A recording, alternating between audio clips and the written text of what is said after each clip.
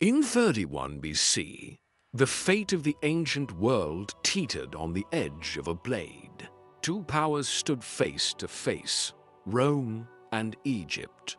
On one side Cleopatra, Queen of the Nile, and her Roman ally and lover, Marc Antony. On the other Gaius Octavian, the adopted son of Julius Caesar, rising fast through the ashes of a dying republic. This wasn't just a struggle for power. It was a final reckoning, a war of nations, of ideas, and of legacies. Cleopatra was no ordinary ruler. She spoke 9 languages, commanded armies, and turned seduction into statecraft. When she joined forces with Marc Antony, their union sent shockwaves through Rome.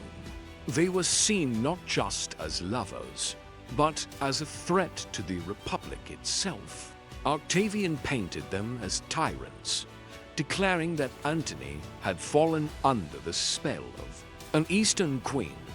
Rome, he said, was no longer ruled by Romans. The propaganda worked. Octavian rallied the Senate and the people, declaring war not on Antony, but on Cleopatra, because fighting a Roman general would divide the people, but fighting a foreign queen, that united them. And so the stage was set for one of history's most decisive battles, the Battle of Actium. Before we sail into the clash of empires, if you find stories like this worth your time, consider subscribing to the channel and leaving a like. Your support helps history echo louder.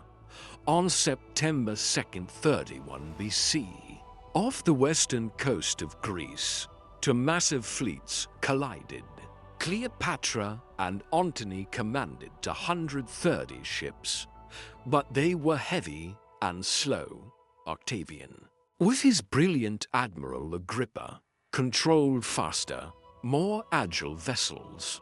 The sea boiled with fire, smoke, and shattered wood. Then battle. Cleopatra made a shocking move. She turned her ships and fled. Why? No one knows for certain. Some say it was fear, others a calculated escape. But when Antony saw her retreat, he abandoned the fight and followed her. Their forces fell apart. The dream of a Roman-Egyptian dynasty crumbled. Back in Alexandria, defeat was unbearable. Marc Antony, consumed by shame, took his own life. Cleopatra, knowing she would be paraded through Rome as a captive, chose her own end, perhaps by snakebite, perhaps poison. However she died, her legend only grew. With their deaths, Egypt was conquered. The Ptolemaic dynasty descended from Alexander the Great was gone. And so, too, was the Roman Republic.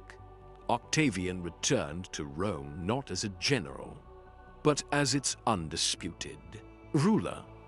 The Senate gave him a new name, Augustus, the first emperor of Rome.